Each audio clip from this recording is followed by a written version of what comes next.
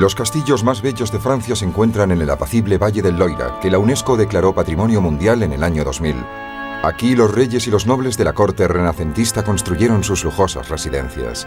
Chambord, Blois, Chenonceau, Amboise, Tours y Assey-le-Rideau son algunas de las paradas más prestigiosas de este viaje a través de la historia, el arte y la gastronomía.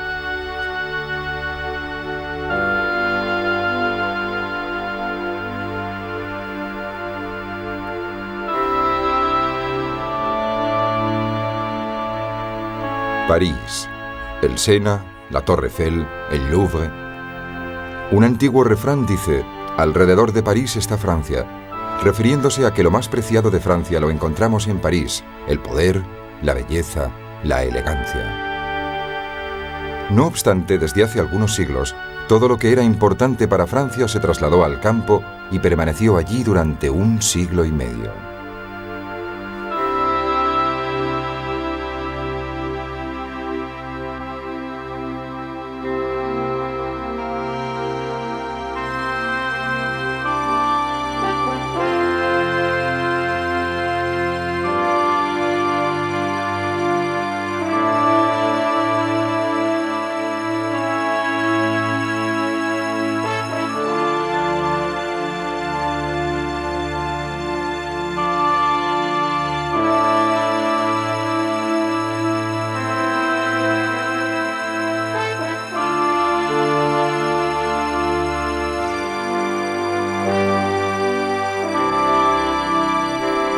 El Loira, con 1020 kilómetros de longitud, es el río más largo de Francia.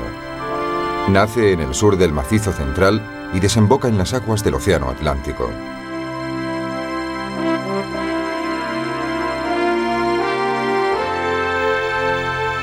El tramo que fluye entre las ciudades de Orleans y Tours, delimitando un área del Valle del Loira, constituye un símbolo de esta zona, ya que en ella se elevan más de 100 magníficos castillos.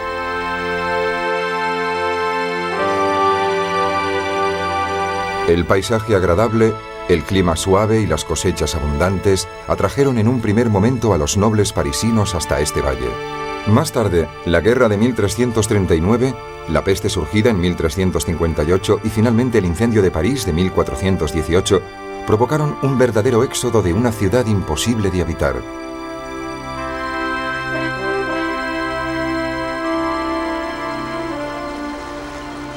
De este modo, el corazón de la historia de Francia comenzó a latir en el Valle del Loira.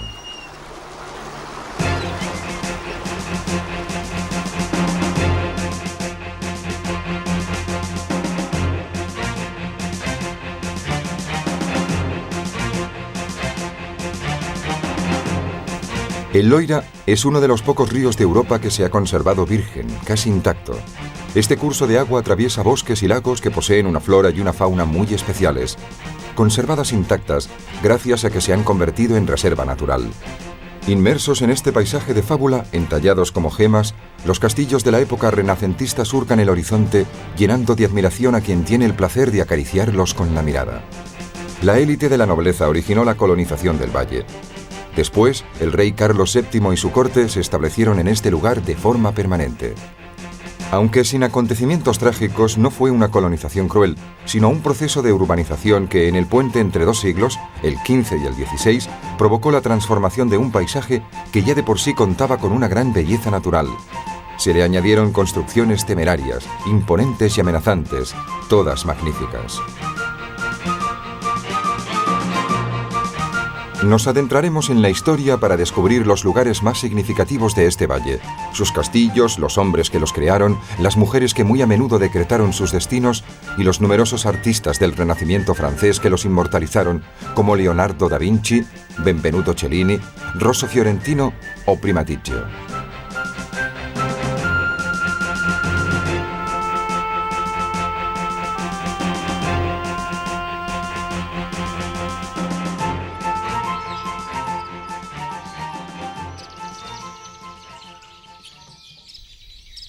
Este es el castillo de Beauregard, tiempo atrás habitado por reyes y los más ilustres dignatarios.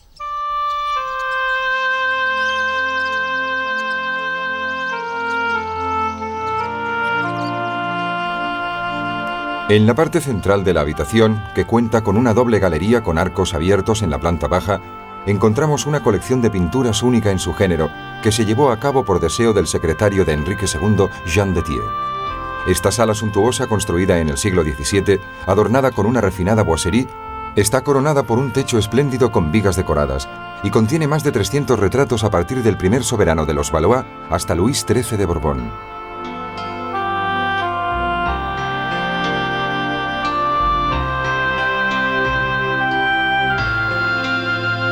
Entre ellos se encuentra Carlos VIII, Luis XII y Francisco I, responsables en gran medida del cambio significativo que tuvo lugar en la región gracias al trabajo de pintores, ebanistas, escultores y arquitectos.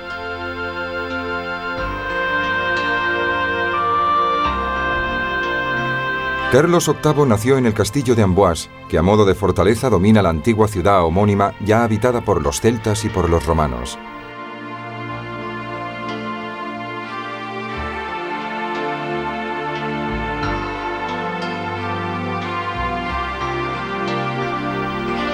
Para realizar esta imponente construcción, Carlos VIII hizo trabajar a albañiles, picapedreros y artesanos incluso durante la noche, iluminados por velas. Era un castillo de tal magnitud que un embajador que lo visitó dijo: «Pretende convertir su palacio en una ciudad». La influencia del Renacimiento italiano se refleja tan solo en algún elemento decorativo del castillo. En 1496, después de la desafortunada campaña italiana de 1494, el rey contrató a artistas, arquitectos y jardineros y ordenó decorar el castillo con muebles, manteles, esculturas y pinturas antes de su regreso de Italia. La iniciativa de Carlos VIII marcó el comienzo de la influencia artística italiana en Francia.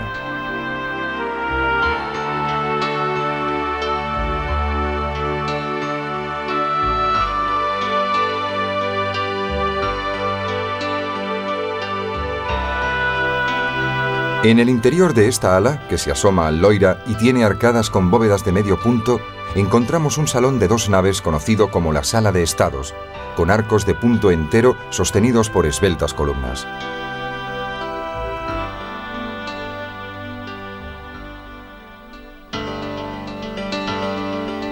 En este lugar, el emperador Carlos V estuvo a punto de morir asfixiado a causa del incendio de un tapiz. Otra sombra marca la historia de este castillo: el final trágico de Carlos VIII, que murió cuando solo tenía 28 años debido a un accidente banal.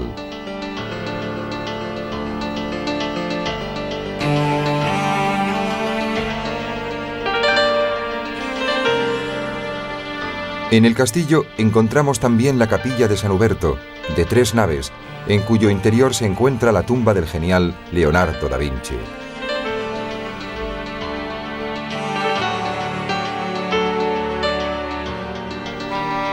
Leonardo llegó a Amboise cuando Francisco I lo invitó a la corte en 1517. Se hospedó en esta residencia llamada Clos Lucé, donde el artista pasó los últimos años de su vida y realizó para Francisco I la Gioconda, obra maestra que constituye uno de los tesoros de Francia.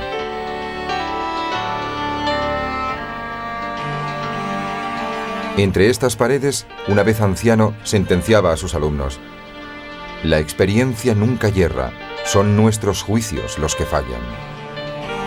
Leonardo murió en Clos Lucé en el año 1519, y así finalizaba la época dorada del castillo de Amboise. En 1560, algunos nobles hugonotes intentaron secuestrar al rey Francisco II, todavía un niño, para someterlo a la influencia de los católicos. Pero la tentativa fue descubierta y reprimida ferozmente. Cerca de 1500 conspiradores fueron estrangulados o ahorcados en las terrazas y en los sótanos del castillo.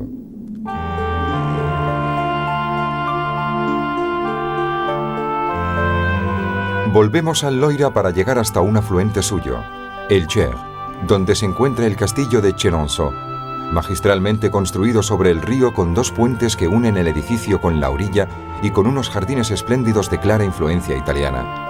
Se considera la joya del Renacimiento francés.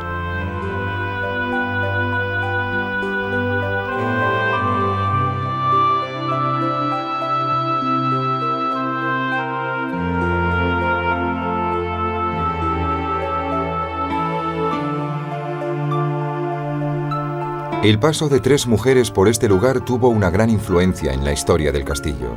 En primer lugar encontramos a Catherine Brisonnet, conocida como la constructora. Era la esposa de Tomás Boyer, administrador general de finanzas en Normandía bajo el reinado de Francisco I. Debido a la frecuente ausencia de su marido, ya que estaba al servicio del rey, Catherine tomó las riendas de las obras de reconstrucción del castillo, que debía alzarse sobre los muros originales amarrados al río, que sobrevivieron al año 1200. La obra finalizó en 1521. Sus dueños pudieron disfrutarlo muy poco tiempo, ya que Boyer murió en 1524 y su mujer en 1526.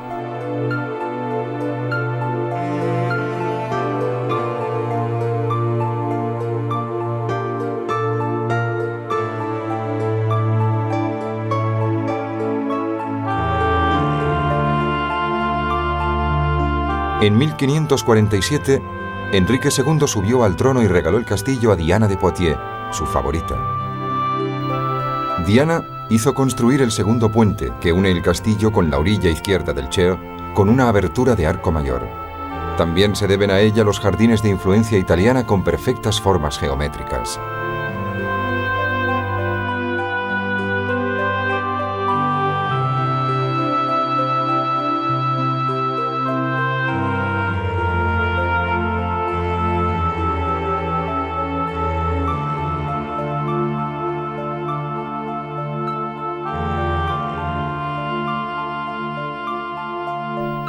Catalina de Medici, esposa de Enrique II, arrebató el castillo a Diana. A partir de entonces comenzaba una época de verdadero esplendor para Chenonceau. Entre sus ambiciosos proyectos de ampliación, Catalina ordenó la realización de la galería de 2 plantas sobre el puente que hizo construir Diana. Modificó la fachada norte de los aposentos, añadió un pequeño cuerpo entre la capilla y la biblioteca y mandó construir las dependencias de la corte.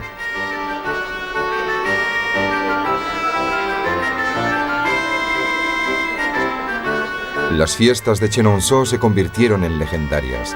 Se celebraban fiestas de disfraces donde las damas iban vestidas de ninfas y sirenas y los caballeros iban disfrazados de sátiros. También se organizaban batallas navales sobre el río, así como apetitosos banquetes.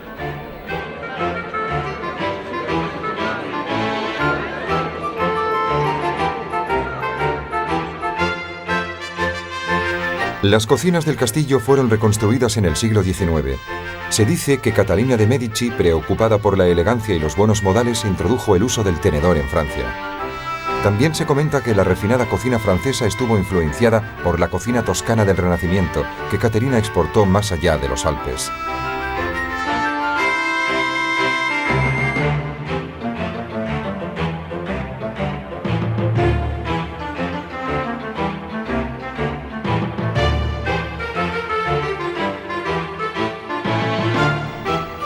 El Valle del Loira es una parada obligatoria para los amantes del buen paladar. Al llegar, el visitante es invadido por un sinfín de colores, aromas y sabores. El Valle del Loira invita a catar manjares dignos de los paladares más finos: salmones, lucios, alosas, percas, truchas y deliciosos salazones de pescado. La caza es una actividad típica de la zona, en concreto en los bosques de Sologne, donde además de haber animales abundan las setas. Algunas comidas típicas son el crottin de Chavignol, un queso de cabra que se sirve caliente, la noisette de porc con ciruelas y la matelote de anguila, especialidades ya presentes en la mesa de la corte de Carlos V, junto con la tarta tatin, ideada aproximadamente hace un siglo como consecuencia de un error de cocción por parte de una cocinera un poco distraída.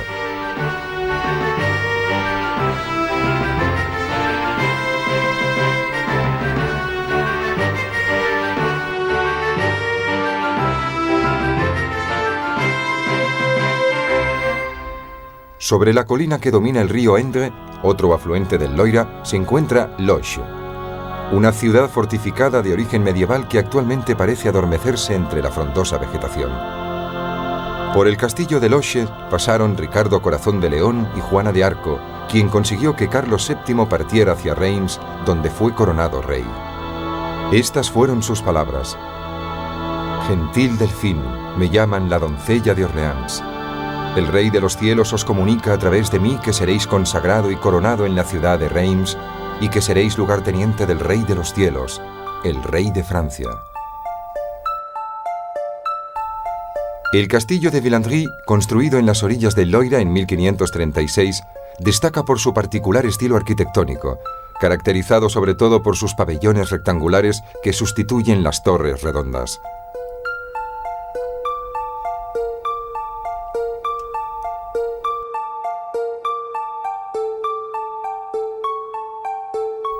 No obstante, su fama se debe sobre todo a los maravillosos jardines de clara tendencia italiana realizados por orden de Carlos VIII.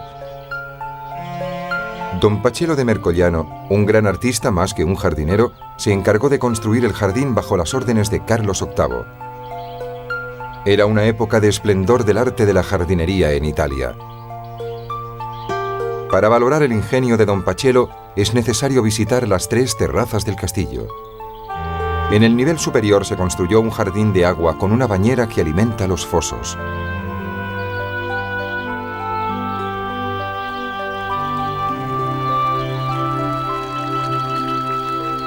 El nivel central está dominado por un jardín que integra varios elementos representativos de la música y del amor: el amor tierno, el amor delirante, el amor trágico y el amor fugaz.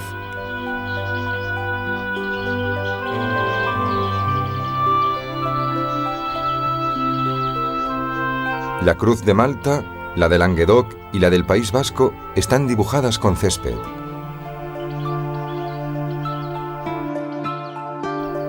En el último nivel se encuentra un huerto muy decorativo que conforma la parte más original de toda la obra. Se trata de un verdadero tablero de ajedrez, una fantasía de colores formada por 9 cuadrados delimitados por tejos y bojes. Resulta sorprendente que simples lechugas y verduras se conviertan en bellos elementos decorativos.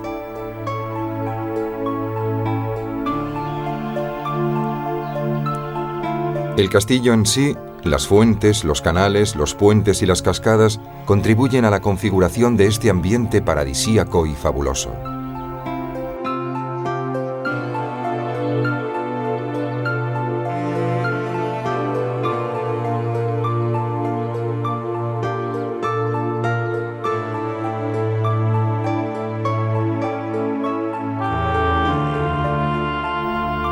Entre la densa vegetación se divisa la silueta del castillo de Azay-le-Rideau.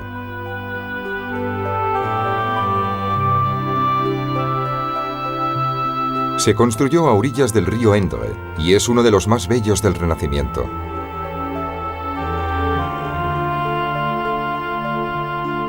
En medio de un paisaje verde, su aspecto relajante no es reflejo de su pasado violento. En 1418, de paso hacia Azay, Carlos VII fue víctima de desagradables insultos por parte de la guarnición que se encontraba en el fortín. La venganza del monarca no tardó en llegar. Incendió el pueblo y lo venció, y ajustició al capitán y a los 350 soldados que formaban parte de su séquito. Desde entonces y hasta el siglo XVIII, este lugar se llamó Azay-le-Brûlé, que significa Azay el quemado.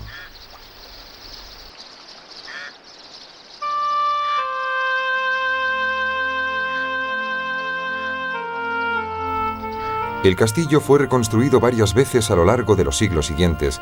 Aunque todavía conserva cierta tendencia gótica, tiene el aspecto de una fortaleza muy antigua. En 1518, 100 años después del incendio, Azay pasó a manos de Gilles Berthelot, tesorero de Francia, quien decidió reconstruirlo. Philippe Lesbé, su esposa, tomó el mando de la reconstrucción. Siguió minuciosamente todas las fases de la obra, dirigiendo a artistas y artesanos y tomando decisiones incluso acerca de los detalles más pequeños. La muerte de su marido en 1527 puso fin a la reconstrucción.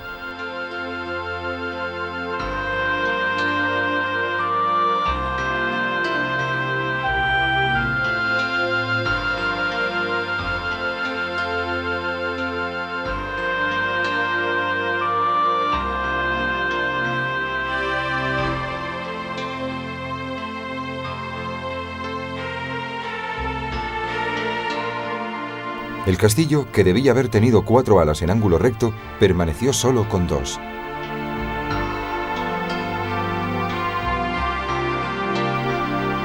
El paisaje melancólico creado por el reflejo inquieto del agua, la imagen sugerente de las barcas fondeadas y la luz del atardecer transmiten al visitante la sensación de ser transportado a otra dimensión.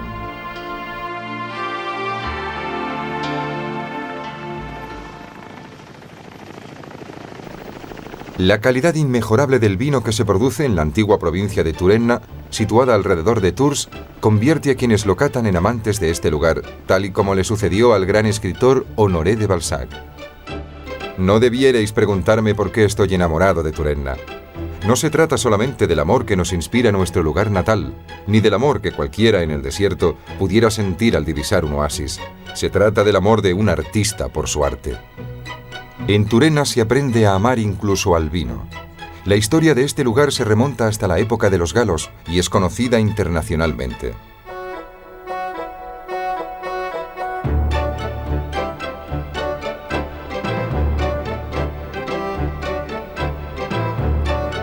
Los monjes de la abadía de Marmoutier, cerca de Tours, descubrieron la importancia de la poda de los viñedos y desvelaron su descubrimiento a San Martín, que tenía gran afición por el vino del lugar.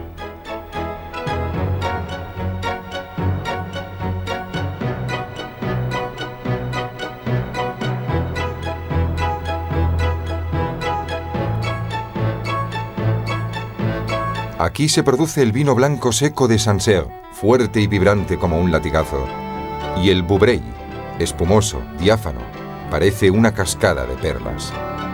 Rabelais, el gran escritor del siglo XVI, comparaba este vino con el tafetán, un tejido sedoso y delicado.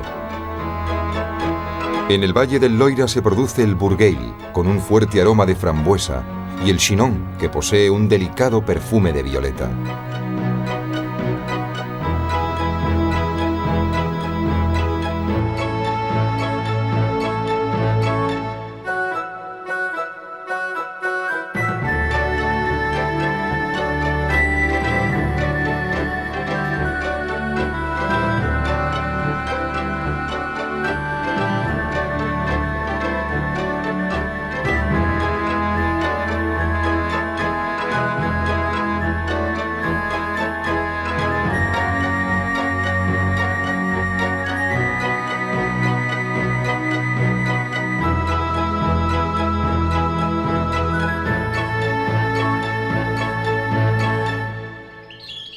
Junto a una pared rocosa, donde termina el bosque de Chinon, se alza el castillo de Issé, el centro de un marco espléndido. La piedra blanca que se utilizó para su construcción combina perfectamente con los numerosos tejados, cumbres de edificios, chimeneas y claraboyas, creando un bello efecto visual.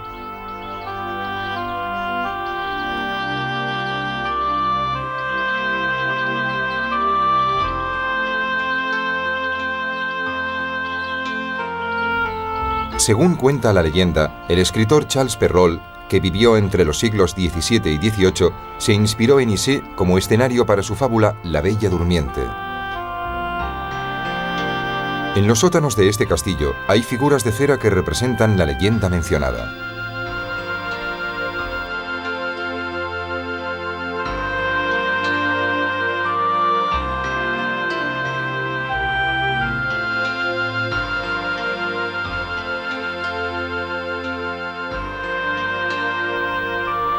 El edificio se construyó en el siglo XV y ha tenido varios propietarios desde su creación. Actualmente pertenece al marqués de Blacal.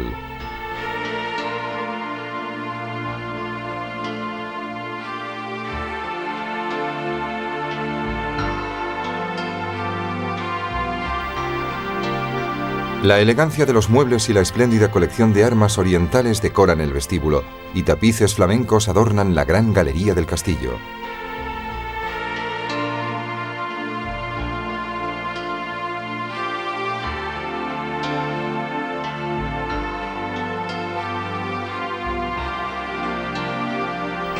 La Cámara del Rey alberga asimismo lujosos muebles y tapicerías de seda roja del siglo XVIII.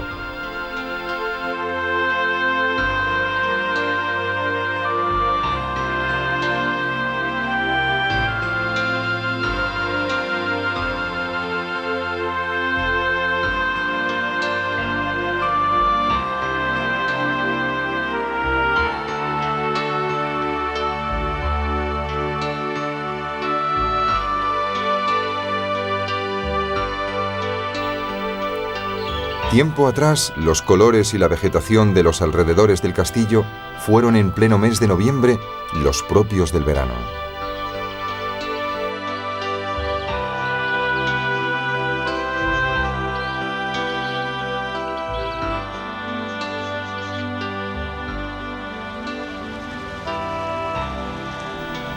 En tiempos de los romanos, Tours, la capital de la antigua Turenna, se llamaba Colina del César.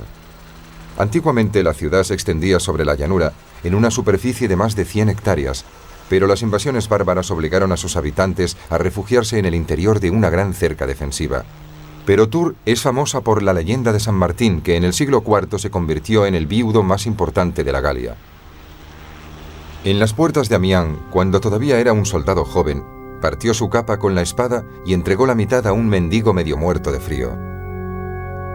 Aquella misma noche divisó en sueños a Jesús cubierto con la mitad de su capa.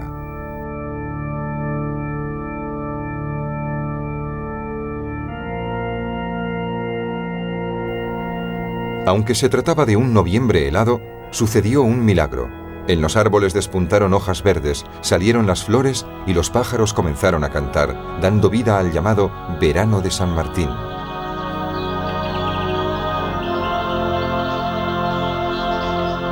En el siglo XII, la ciudad vivió un periodo muy próspero, tal y como demuestra la adopción de la moneda real, acuñada en un principio en Tours y después en las otras ciudades del reino. El denier tournois, dinero de Tours, era preferido al denier parisien, dinero de París. En el periodo de Luis XI, Tours fue capital del reino y más tarde, en 1462, le fue asignado un alcalde. Al soberano le gustaba mucho esta ciudad, tanto que después de favorecer la producción de seda y de tejidos en Lyon, al darse cuenta de que a los lioneses no les gustaba esta actividad, transfirió los telares a Tours. En 1600 funcionaban más de 11.000 telares que permitieron regalar maravillosas obras de arte al mundo entero. La producción floral era también muy significativa en la ciudad de Tours. En la actualidad, los miércoles y los sábados, el Boulevard Béranger despierta con un mercado de flores muy importante y variopinto.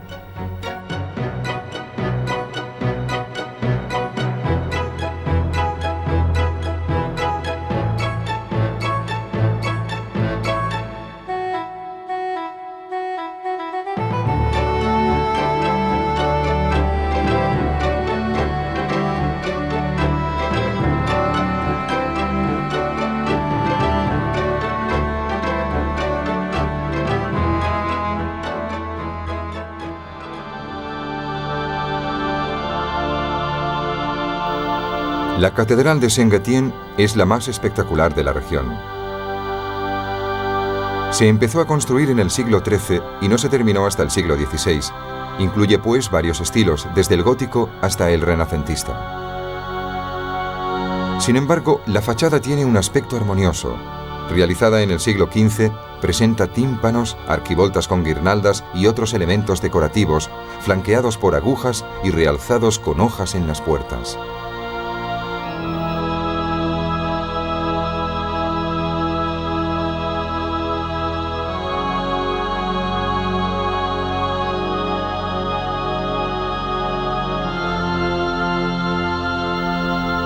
La verdadera particularidad de la catedral son los vitrales.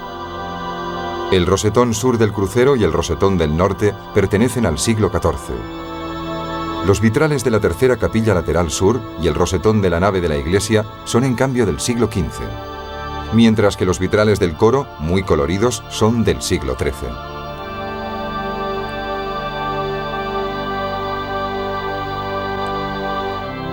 El castillo de Tours, rodeado por un agradable paseo a lo largo del río, es una fortaleza construida en el siglo XIII. Se conserva la torre de guisa, con un techo en forma de cono y varias aberturas en el suelo para echar plomo derretido o aceite hirviendo a los enemigos. A lo largo de la cerca natural del Loira, escondido entre el paisaje, aparece Blois, ciudad del vino, de las fresas y de los espárragos, construida en forma de anfiteatro en la colina que domina la ribera derecha del río.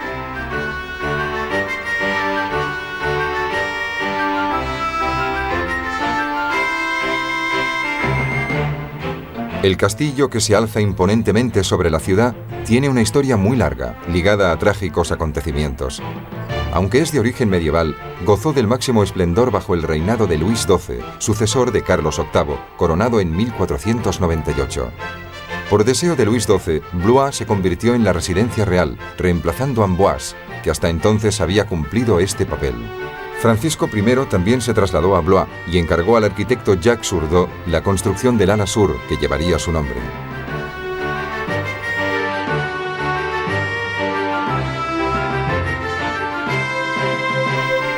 Desde la terraza del castillo se goza de una amplia panorámica sobre el Loira, que fluye a lo lejos. El ala de Francisco I se encuentra entre el ala de Gastón de Orleans y la sala de los Estados Generales. La fachada se caracteriza porque alberga una escalera espléndida semicolocada en su interior y encabezada por una torre octogonal. Se trata de una verdadera obra maestra de la arquitectura renacentista, concebida para los lujosos recibimientos cortesanos.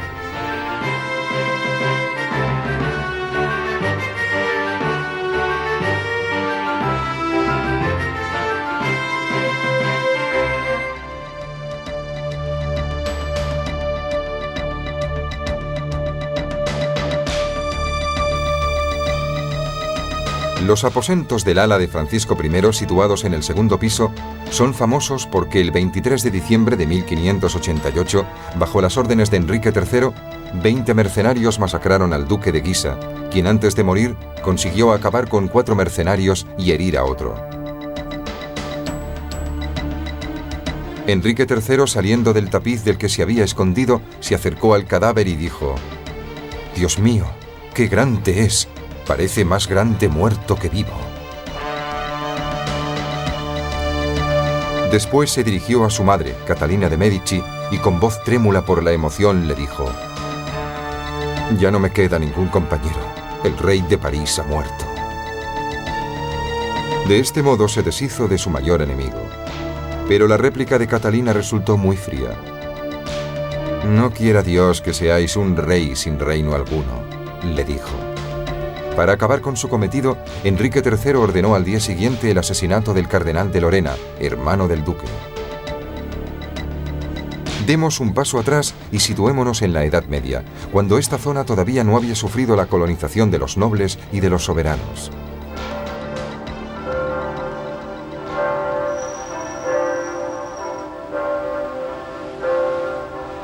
En la iglesia de San Nicolás de la ciudad de Blois, la arquitectura sencilla contrasta con el lujo de los castillos. El silencio dictado por la regla benedictina aparece como un consuelo después de tantos fragores de fiestas, guerras y delitos.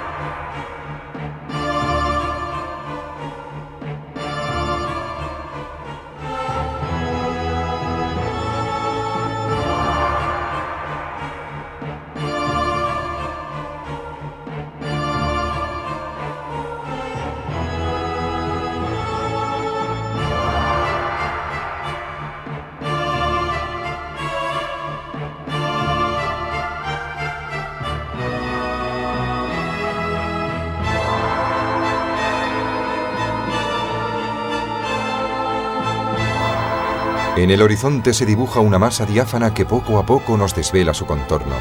Se trata del castillo de Chambord, el más grande del Loira.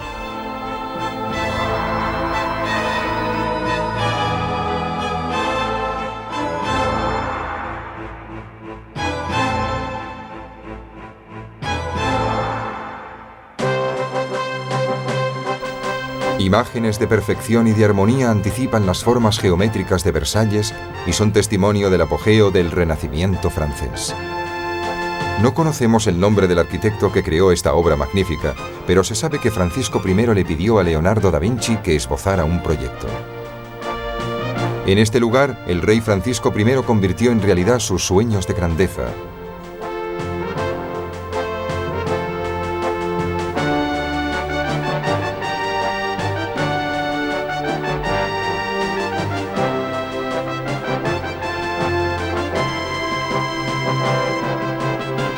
El parque que rodea el castillo tiene una superficie inmensa, 5.500 hectáreas. Actualmente es un parque nacional.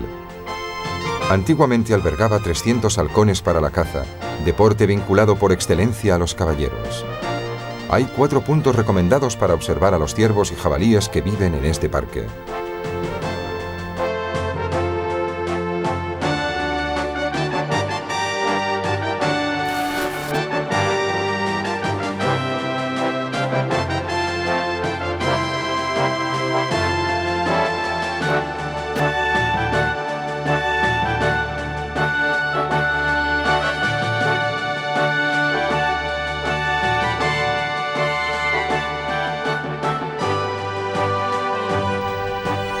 La famosa escalinata del palacio se encuentra en el centro de la cruz formada por las salas de la guardia. Las 2 rampas en forma de caracol suben hasta las terrazas abiertas en la parte interior del edificio.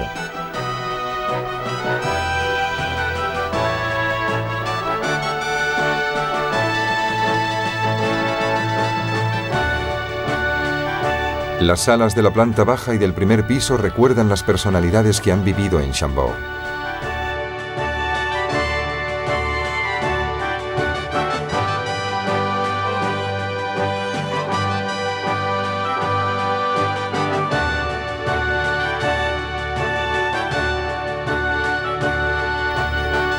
En la planta baja se encuentra la Sala de los Soles.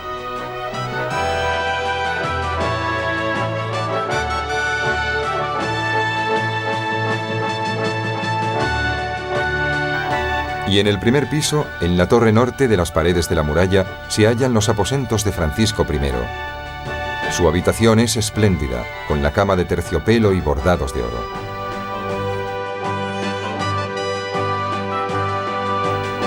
En los aposentos que ocupó Luis XIV, el Rey Sol, son significativos los tapices y los retratos históricos que cuelgan en las paredes. Molière se alojó también en estas habitaciones cuando fue invitado por el soberano para que escribiera para él.